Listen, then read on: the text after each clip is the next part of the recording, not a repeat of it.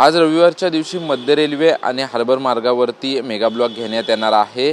मध्य रेल्वेच्या माटुंगा ते मुलुंड या स्थानकादरम्यान अप आणि डाऊन दिशेकडे जाणाऱ्या जलद मार्गावरती जो आहे तो 11:05 पासून ते 3:35 हा मेगा ब्लॉक घेण्यात येणार असल्याची मध्य रेल्वेच्या वतीनं माहिती देण्यात आली आहे।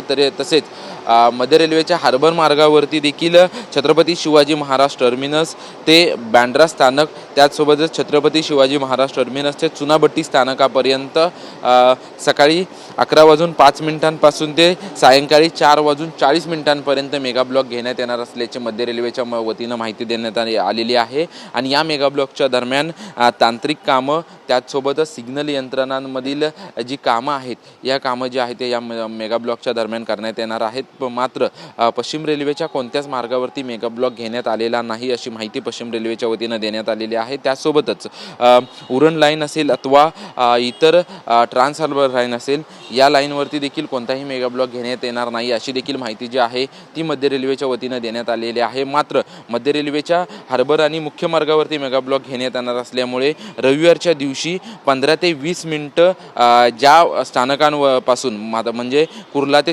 पनवेलपर्यंत जी वाहतूक सुरू राहणार आहे, ही वाहतूक 20 ते 25 मिनिटं उशिराने धावेल अशी देखील माहिती जी आहे ती मध्य रेल्वेच्या वतीनं देण्यात आलेली आहे। कॅमेरामन चरणसह निवृत्ती बाबर, TV9 मराठी, मुंबई।